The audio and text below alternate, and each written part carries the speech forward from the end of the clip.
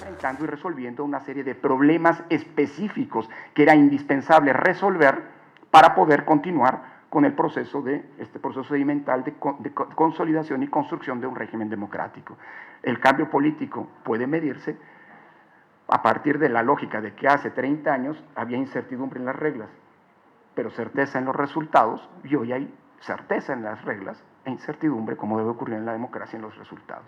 No hay un único beneficiario de este fenómeno. Todos los partidos políticos en estos 8 años han ganado y perdido elecciones, o han arrebatado a otros partidos triunfos en sucesivos procesos electorales. Luis de Regil. Así es, en este tema vocal ejecutivo, el ejemplo pone sobre la mesa el trabajo que ha hecho el INE y hacer de la política y de las elecciones una democracia. Lo ha mencionado el consejero presidente. Pues previamente estuvo avalando la elección del presidente López Obrador, y ahora pues se le echa encima el titular del Poder Ejecutivo. Y de hecho también la coalición Va por México mencionaba esta semana que ponía otra contrapropuesta, ¿no? Y decía señalamientos como un dardo envenenado, la autocracia. Prácticamente también ahora el debate es de las fuerzas políticas y también en el Congreso de la Unión. Bueno, la parte natural de un sistema estructurado de esta manera, así como lo sugirieron pensadores como Montesquieu de la división de poderes, es que los otros dos tienen que ser un contrapeso del tercero, los que sean. Es decir, que en nuestro régimen de colaboración de poderes, lo natural y lo sano es que el poder legislativo sea un contrapeso y sea un espacio de diálogo con el Ejecutivo, no un espacio de obediencia, porque entonces estamos distorsionando y dando a la política o invitando a la política a que se degrade en demérito del Estado de Derecho, es decir, del sistema republicano como lo conocemos.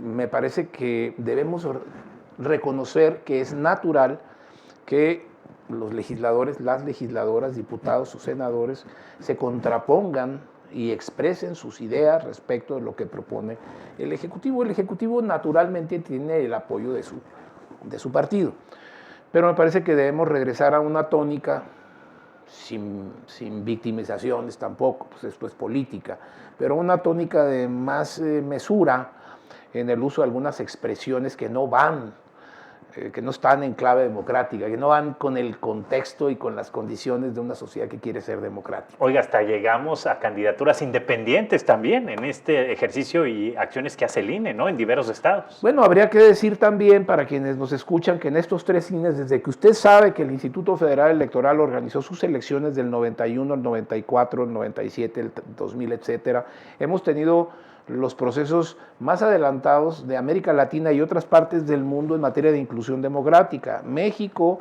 pasó de 2002 de una cuota de 60-40 y luego 70-30 a una paridad en todo. Esto es lo que tiene que ver con inclusión de género, pero también tenemos inclusión para minorías con preferencias sexuales específicas.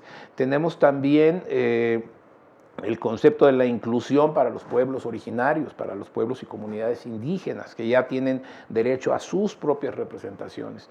Y así podríamos hablar del voto penitenciario y del voto hospitalario y, en fin, del voto que de la posibilidad de que las personas de la tercera edad o que tienen problemas de movilidad pueda el instituto desde registrarlos, darles su credencial o favorecerles de cierta manera acercando la casilla a los domicilios de la gente. Es decir, lo que el instituto ha ofrecido en todos estos 32 años tiene un valor inmenso, inmenso. Solamente quienes tenemos esta edad, o nuestros padres, nuestros tíos, pueden reconocer que el México de hoy de ninguna manera es el México de 1988. Y pues este aprecio que le tiene la gente al Instituto Nacional Electoral y antes al IFE, pues a pesar de la añoranza de quienes quisieran que regresáramos a otro México, ¿no? Donde no se batalla tanto para mandar como sí se hace complicado en contextos democráticos, donde hay que discutir, hay que debatir y hay que respetar la institucionalidad y el esquema republicano de nuestro país, ¿no? Y con la idea de que se desaparezcan circunscripciones, ¿habría certeza también de que estemos mejor representados? Porque, bueno, se vende toda esta propuesta, ¿no? Ya lo mencionaban con Luis de Regil, vocal ejecutivo, de que se toque en las diferentes partes, y también ahorita mencionamos incluso durante el corte a los ayuntamientos, a los cabildos, ahí también. Entonces, ¿esto estaría garantizado? Hay algo que se llama teoría de sistemas electorales. Los sistemas electorales son los que nos permiten generar normas que nos dicen cuánto de mayoría relativa y cuánto de representación proporcional y cómo es la mejor manera de representar políticamente al pueblo de México, ¿no? En este caso a nuestro país. Hay esquemas también, ya hay fórmulas que nos permiten saber que en este momento, aplicando el esquema que se está proponiendo, habría otro tipo de composición en la Cámara de Diputados y en la Cámara de Senadores del Congreso de la Unión. Desde luego en la Cámara de Senadores, pues estamos pensando ya en dejarla en 96 como era hace algunos años. Pero en el caso de la Cámara de Diputados, con sus 500 o con los 300, en cualquiera de las fórmulas que se corren, la mayoría queda en manos de Morena. Entonces, sí, un planteamiento como este va a lastimar a los partidos minoritarios, va a vulnerar a las minorías, eso es claro, no estoy diciendo una especulación ni es un rollo político. Apliquen reglas con esta metodología, apliquen fórmulas y verán que hay una intencionalidad política allí, por lo menos para este diseño actual del poder público en México. Tendríamos que ver qué pasa en el